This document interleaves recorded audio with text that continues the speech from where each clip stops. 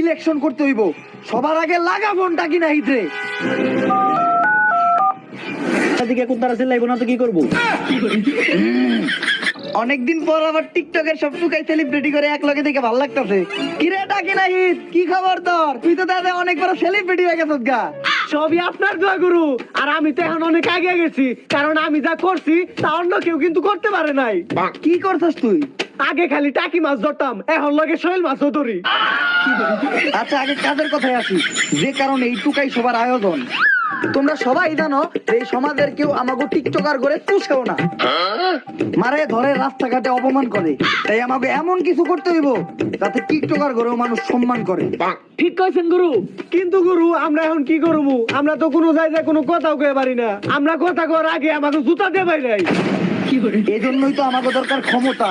তাই আমার মাথায় একটা বুদ্ধি আইছে, দেশে চলতেছে নির্বাচন, তাই এইবার টিকটকাররাই করবো ইলেকশন। জয় টিকটক গুরু জয়। আর যদি আমাকে এই টিকটকের টুকাই সেলিব্রিটি গুবি তোর একজন ইলেকশনে পাশ কইরা এমপি হয়ে যায়, তখন খালি টিকটকাররাই রাজত্ব করব, আর সারা দেশে খালি টিকটকই চলবো। কিন্তু গুরু একজন টিকটকার কেমনে ইলেকশন করব?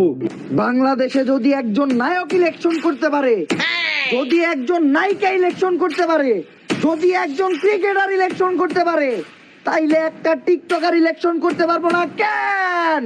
জয় টিকটক গুরু জয়। গুরু খায় সিদ্ধি, গুরুর মাথায় বুদ্ধি। কিন্তু গুরু নির্বাচন করতে গেলে তো অনেক টাকা লাগবে, এত টাকা কই পামু? আরে নির্বাচনের টাকার চিন্তা তোরা করিস না, কারণ নির্বাচনে যত টাকা লাগবে সব দিব আমার সিনেমা। কি মাম্মি দিবা না? অবশ্যই। আপনারা কি নির্বাচনে টাকা দিবেন? আপনারা তো এখন পর্যন্ত আপনাদের বিয়ার দাওয়াতই দিলেন না। বিয়া হইলে তো বিয়ার দাওয়াত দিব। গুরু এখন আমার কি করতে হইব? সবাই নির্বাচনের প্রস্তুতি শুরু কর, আমরা সবাই নির্বাচনে দাঁড়ামু, আর একজন পাস করতে পারলে পুরা দেশ আমরা চালামু।